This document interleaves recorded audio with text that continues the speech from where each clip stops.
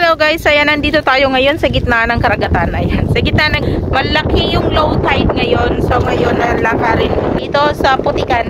Ayan, maputik. Sobrang maputik siya, kaya lang syempre mas enjoy naman na lakarin at gusto rin ng mga bata. Ayun, ay lawa yung mag-ama. At yung isa nga ay itong isa kanina.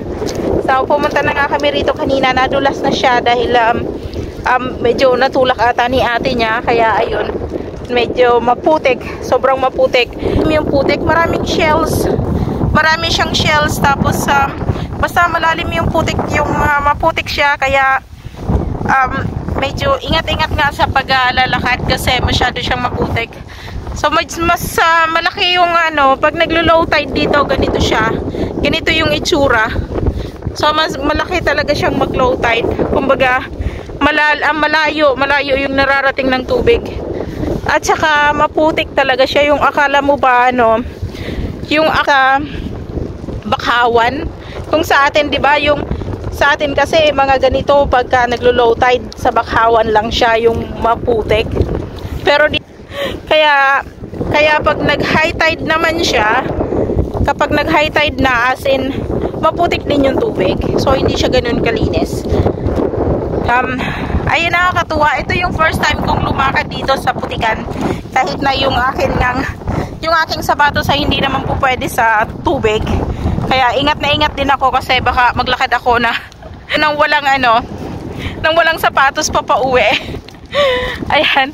Nandito may tubig dito. So ito yung hinahabol nitong bata kong lalaki. Yung may tubig. Tapos may bangka dito. Puntahan natin yung bangka. Ayan. Siyempre nasilip na ng aking mag-ama yung bangka, kaya titingnan din natin yung bangka. Ito yung bangka na to, siyempre lulutang na lang siya kapag high tide na. So nakakatuwa naman.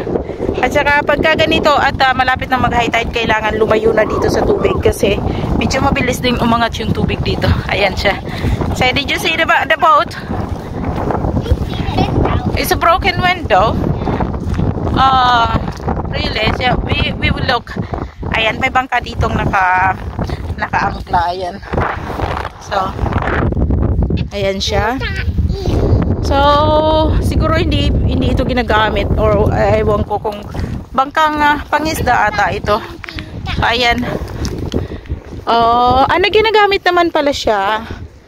Kasi meron naman siya mga gamit sa loob. Ayan siya. So, ayan, ginagamit naman siya. Kaya lang siguro baka nasira ng yung salamin niya. Baka nasira ng anong tawag dito? Ng hangin. Ayan, broken. Yun ikaw. Ayan, palapitin natin para big daw, big. Ang ganda ngayon ng panahon, kahit na malamig pa din yung panahon. Pero at least kahit pa paano ay mararamdaman na yung malapit na talaga yung kumbaga na malapit na yung ating spring. So ayan. Bye.